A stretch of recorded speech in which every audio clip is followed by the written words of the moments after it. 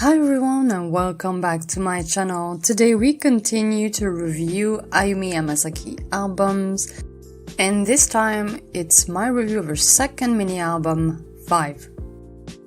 Before we get started, I want to remind you that this is simply my opinion on the mini album, and if you enjoy this video, don't forget to subscribe to the channel for more.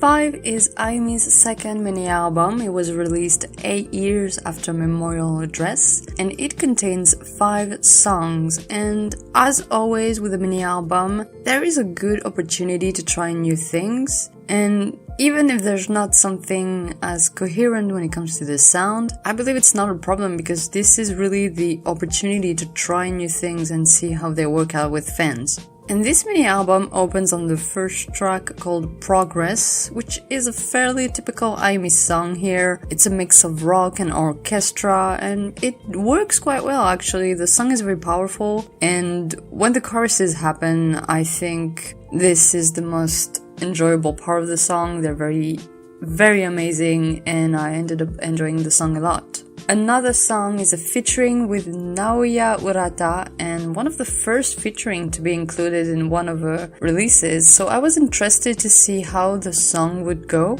And to be fair, I think his voice does go well with Ayumi's. The song has more of a R&B vibe to it, with a piano melody that feels more Ayumi, and I think both combined actually make for a pretty good song. Both singers really complement each other well. And even though I could deal without the kind of washed out synth melody that you hear in between verses and choruses, I still had fun with this one. Y is another featuring, with this time Korean singer Juno, and I think the song might be my least favorite of 5 because it is a very typical rock ballad in her discography, and it really doesn't bring much that we haven't heard before. It is quite bland to me, and honestly Juno's voice is okay, but it just doesn't feel like it's on the same level as Ayumi's at times, and it bothered me a little bit. Beloved is the ultimate ballad on this mini-album, and unfortunately I don't like it much because of the melody. I mean, those synthesizers are just so cheesy, and then you get, this little bell sound, like sometimes used for Christmas songs, but sometimes like fairy-like kind of sound, and for me I think it's so over the top and cheesy, and it really makes the song very average in the end.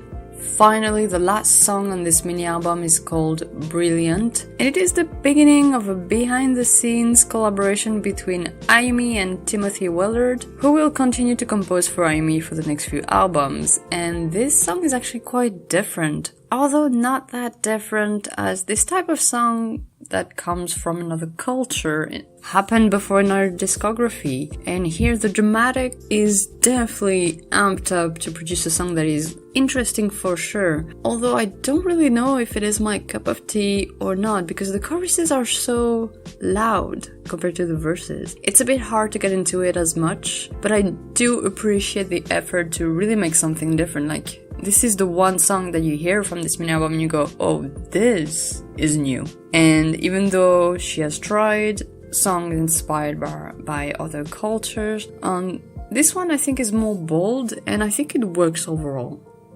5, unlike Memorial Address, doesn't really offer up a sample of how diverse Ayumi's music can be, because at this point there isn't much that we haven't heard from her. And if there are some welcome little risks, such as on the song Another Song or Brilliant, the rest is very much typical in her discography, and basically 3 out of 5 songs worked with me, which is not too bad, but I wished she took more time to experiment. Like, for me a mini album is really the perfect occasion to do so, unlike a full album where you expect fans to be satisfied, but here you can just try new things and see what works and what doesn't. And in the end she didn't really do that. She tried a bit, but it was still very safe. And it felt for me like a half-missed opportunity, and that is why I give it 3.5 stars.